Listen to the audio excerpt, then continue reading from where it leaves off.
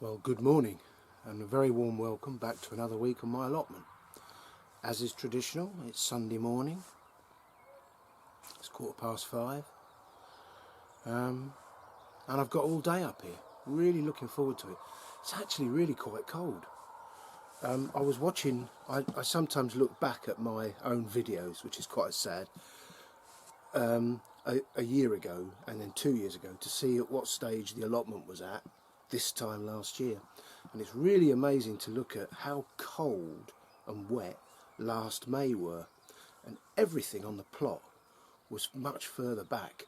The peas, I just put the peas in and they were about that high, whereas here now they're 4 feet high now, because we had such a warm, dry spring. Everything is so much more advanced. I was tying in my broad beans this time last year, and again they were only maybe a foot high. Well, I'm cropping them now. So much. I reckon we're almost a month ahead of where we were this time last year. Anyway, we've got our eldest son staying with us at the moment while his partner and their daughter go through the visa application process, and they're at the back of the queue because the Ukrainians are taking priority, so it could be some time. So we went for a nice walk yesterday. It was a beautiful day. The weather forecast was poor. The reality was much different. It was a stunningly hot day. Beautiful. We stopped for a drink in a pub. We had a lovely day. So I'll show a few clips of that. We are really lucky to live in a beautiful part of Britain here. But more importantly, on the plot, I brought up my butternut squashes. They're going in today. It's actually quite cold now, and the video, going back to what I said about the video from 12 months ago, I had the fire on in the shed this time last year. I had my big thick green fleece on. I might put that on in a second actually. It's not warm here now, it's cold. Anyway, the butternuts are going in. I'm really pleased that the gourd birdhouse that I've decided to grow this year are coming on quite nicely. I got 10 seeds in a small packet from Premier Seeds, and I've now got 7 of them germinated. That's a good rate for me. I'm happy with that. But I'm being very careful with those. I want them to be really good sized plants before they come anywhere near the plot. So they're still in the greenhouse.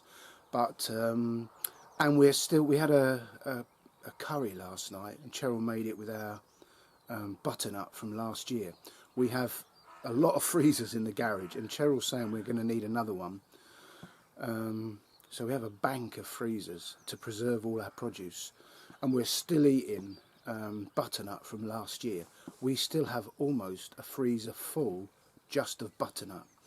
So I've been told not to grow so many. And then around the rest of the plot, maybe putting some flowers in. I don't really know. I've said before, I don't come here with a strategy, with a plan. The first thing I do is I make a brew, and I take my brew around the plot and I look at each bed and see what needs doing, and from that I come back to the shed, finish my brew, and then I make a start on whatever I've decided. So you're very welcome. I'll do a little bit more about the human body today, which fascinates me, and we'll just see where it goes from there. So welcome along.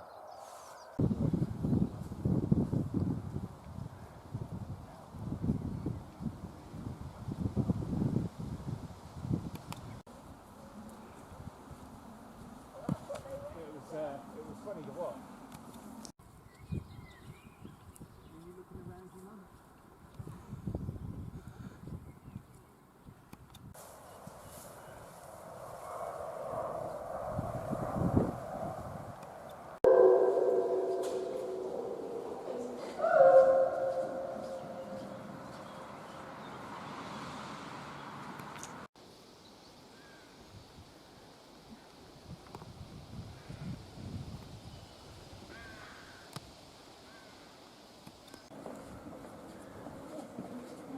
This is where they were married 38 years ago.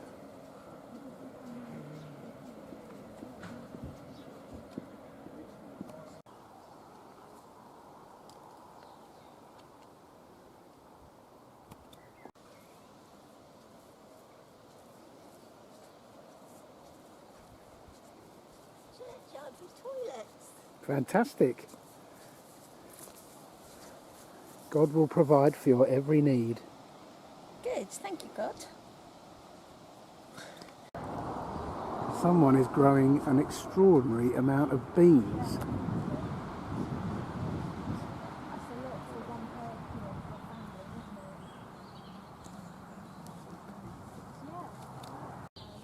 isn't it? Oh, happy days. It's your glass. Thank you. Cheers.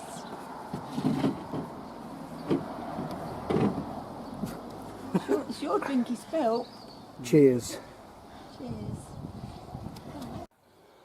Well, let's have a look on the plot at some of the highlights so far.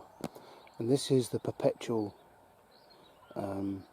spinach, put in as very small plants, but they've reached that point where they're just taking off, so thickening up nicely. They are, Cheryl said to me yesterday, why are the leaves so big? And of course she's comparing it to conventional spinach, but it tastes just the same as spinach, has all the same goodness, vitamins, nutrients and so on, just a slightly different plant. The point with this one is it doesn't bolt. This is my little collection of flowers yet to go in. These are sunflowers teddy bear. Big fluffy yellow flowers. I've seen them on other people's plots, and I saw a packet in the garden centre this year and I thought, right, let's give them a go. And then marigolds and calendulas. Still yet to put those in. I'm waiting for those tubs that had the daffodils in. I'm waiting the full 6 weeks or more before I cut the daffodil plant leaves off, and then I can plant these up. And just above there, there's another highlight. As I mentioned in the intro, the broad beans. Absolutely stunning. John said he found black fly. Maybe I'm not looking close enough, but I've yet to see any on mine. And they're now, you know, I should be taking a picking of these today, so even if I get black fly now, it's nothing to worry about. Definitely autumn sown is the way. Yeah, I'm looking, but I can't see any black fly, which is good news. And this is a fine example of my asparagus. This will be the second year they've been in. Grown from seed, a free packet that came with a kitchen garden magazine. And I'm really pleased. Yeah, they could not look better. And my initial worries about them not coming back after the winter were unfounded. They look great. Maybe I'll crop a few next year.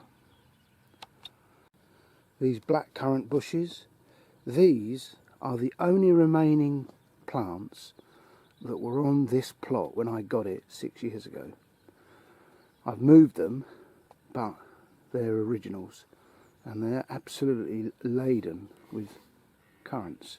In fact, they're bowing over the path. That's a job for Cheryl. I have 3 blackberry plants here. The chap next door to me with the polytunnel, he had a massive sort of plantation of blackberries, and he didn't want it. He dug it out, but he didn't dig it out completely. It came back. So as he didn't want it, I took the bits that were left and I stuck them in here, and there were 3 tiny little shoots, and they've developed and they look spectacular. And right now they're buzzing with bees. I have no idea what the variety is, but they crop well. Why wouldn't you want these? Anyway, they're a highlight. And the peas, I've said them before, I know, and you'll know what they are, pea alderman. But these are the premier crop on our allotment. We love them. We love peas grown on the plot. And as I said when I put them in, there's 4 rows. One is that side, one there, and then one the other side. And I grew this, the sun shines from that direction. So these ones were grown first to get up high, this one next, then that one, and then the final row there, which I have not yet completed. There's another gutter still developing in the greenhouse. And I've decided that one of the teepees I put up, I'm going to grow peas up that as well. I'll have some left over. I'm going to sow some more.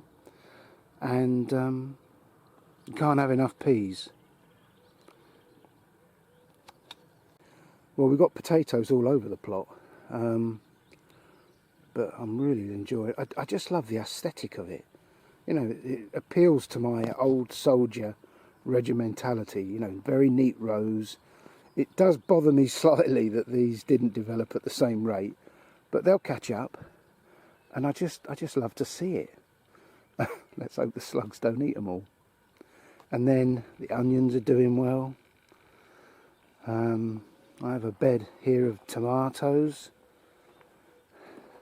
They seem to be okay. You know, it's always a risky business having tomatoes growing outdoors in the UK climate. But, you know, so far, and I've learned in years gone by that you must keep on top of the side shooting.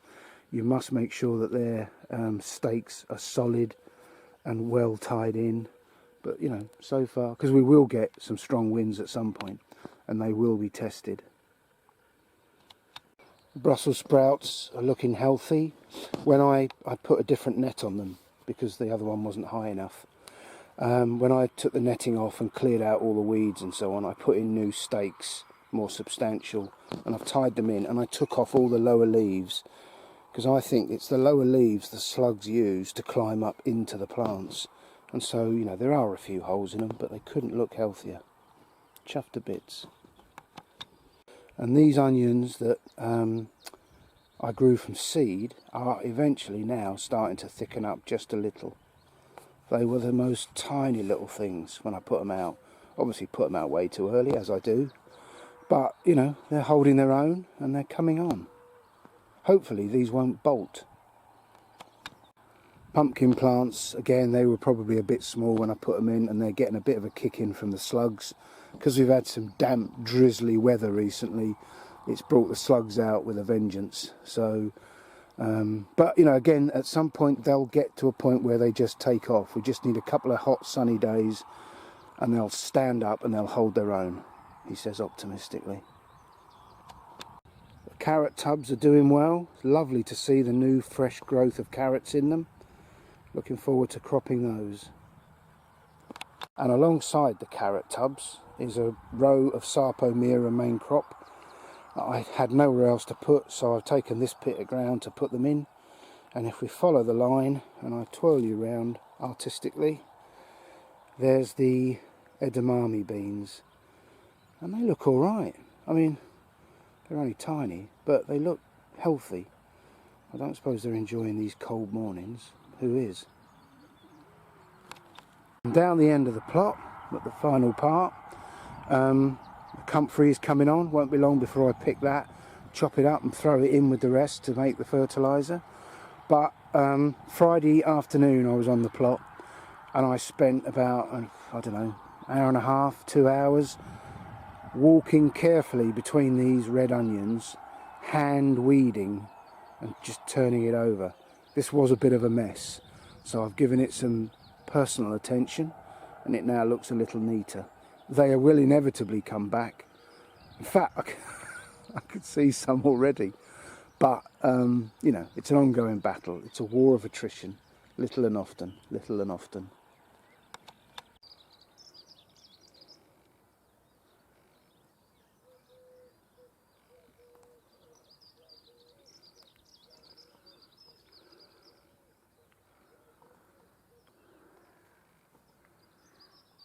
Okay, cup of tea.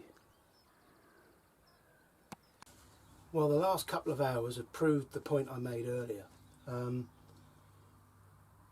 I walked around the plot, and for some reason I just thought, I think there's a few things need watering, especially the onions. I've pointed out previously that some of my onions have started to bolt. So I thought, right, now's a good time while it's nice and cool to do a little bit of watering. And I do believe that, you know, I see a lot of people walking around here and on other videos, they're using the sprinkler bit and they sort of sweep like that. I'm not one for that. I take the rows off if I can, if they're not too delicate, and I put the watering can down at the base and I soak the soil. Especially with things like potatoes and tomatoes. I don't water potatoes unless they're in pots, but tomatoes and potatoes, you know, I try not to get the water on the foliage, but at the base. But yeah, so I've spent the last couple of hours emptying my water butts and giving everything a really good soak. Not everything, but you know, the stuff that really needs it. So that's a prime example. I had no intention of doing that when I came up here this morning, but I looked around and thought, you know, and the fruit, things like the raspberries, the gooseberries that are swelling and they need the moisture to swell the fruit. Anyway, I thought I'd do a little bit more about the body, and it's still on the subject of skin.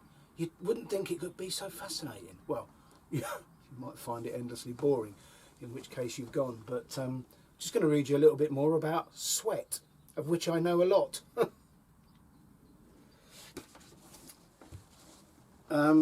As cutaneous features go, fingerprints are frankly pretty trivial. Far more important are your sweat glands. You might not think it, but sweating is a crucial part of being human.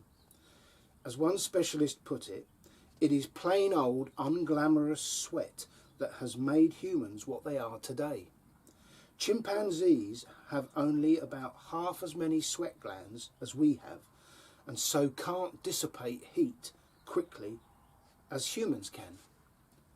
Most quadrupeds cool by panting, which is incompatible with sustained running and simultaneous heavy breathing, especially for furry creatures in hot climates. Much better to do as we do and seep watery fluids onto nearly bare skin, which cools the body as it evaporates, turning us into a kind of living air conditioner. As the scientists put it, the loss of most of our body hair and the gain of the ability to dissipate excess body heat through sweating help to make possible the dramatic enlargement of our most temperature sensitive organ, the brain. That, she says, is how sweat helped to make you brainy. Wow. Crikey, if that's the case, I should be immenser. Even at rest, we sweat steadily, if inconspicuously, but if you add in vigorous exercise in challenging conditions, we drain off our water supplies very quickly. According to Peter Stark in Last Breath, Cautionary Tales from the Limits of Human Endurance, a man who weighs 70 kilograms will contain a little over 40 litres of water. Wow. If he does nothing at all but sit and breathe, he will lose about 1.5 litres of water per day through a combination of sweat, respiration and urination.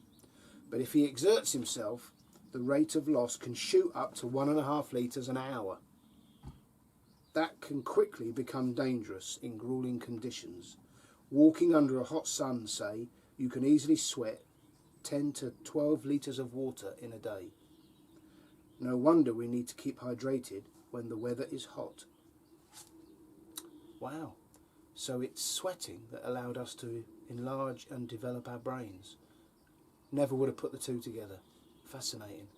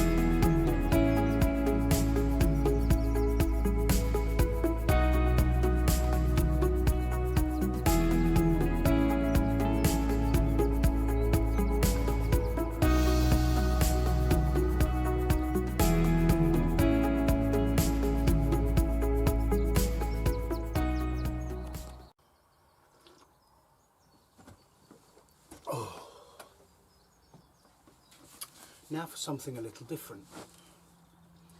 Gaspar Tagliacosi, I think I've got that right, the pioneer of the nose job, developed his skills at a clinic called the Hospital of Death. The surgeon at the Battle of Sierra Negra in 1794 averaged one amputation every 4 minutes. Wow. Plastic surgeons are 8 times more likely to have plastic surgery than the rest of us. I'm surprised at that.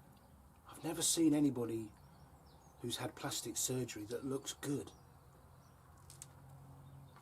People who drink 7 cups of coffee a day are more likely to think they sense the presence of dead people.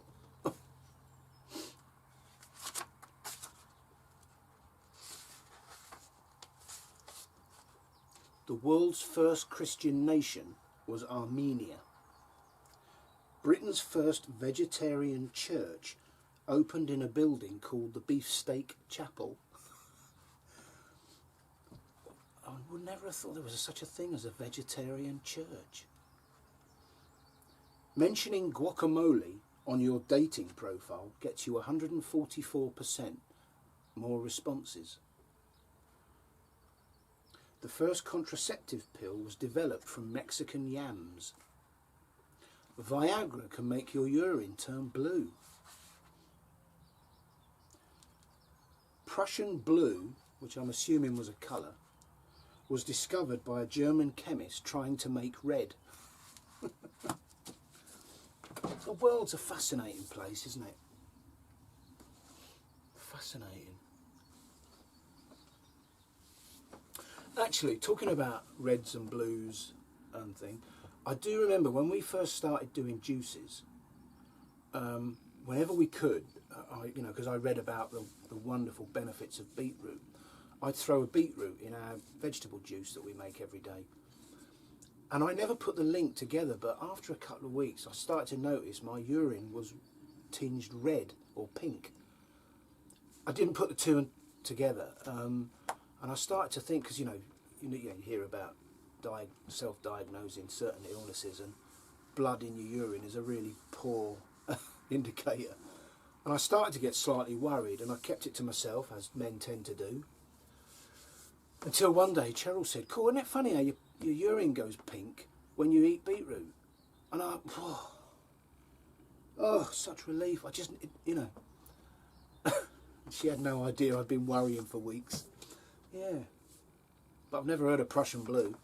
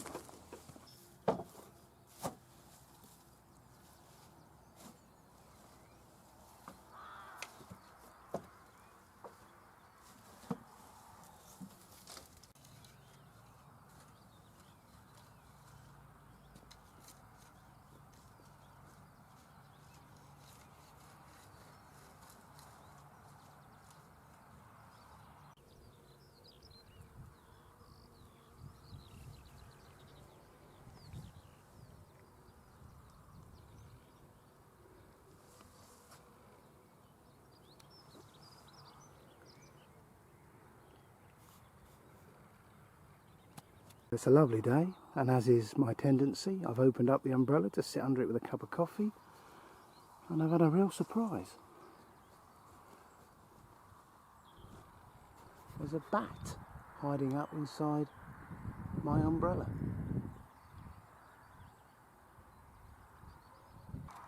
A bat.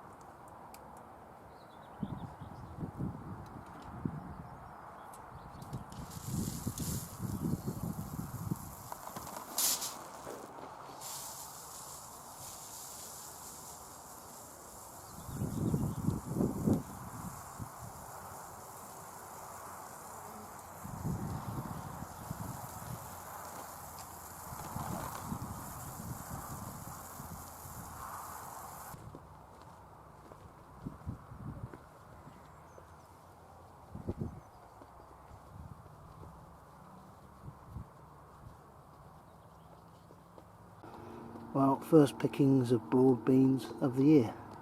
Very pleased with that.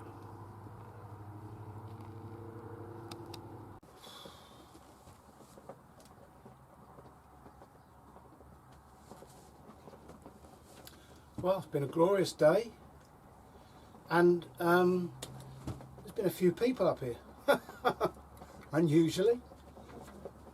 Yeah, nice to see. But yeah, I've had a good day as always. Everything's looking pretty neat and tidy. I've taken my time.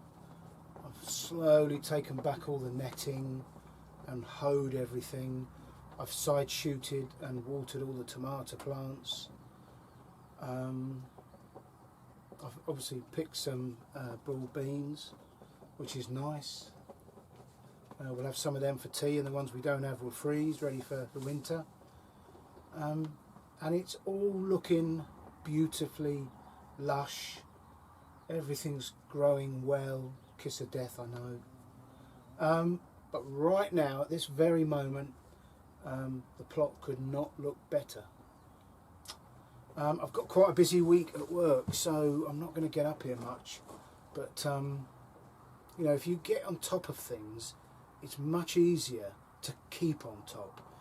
You know, the people who don't come very often, I can imagine if they turn up and the grass is about a foot tall and the beds are more weed than they are crop, you know, it could get very soul destroying. It becomes a continual circle of disappointment and so on and so forth. Whereas if you come up and, you know, you start early in the season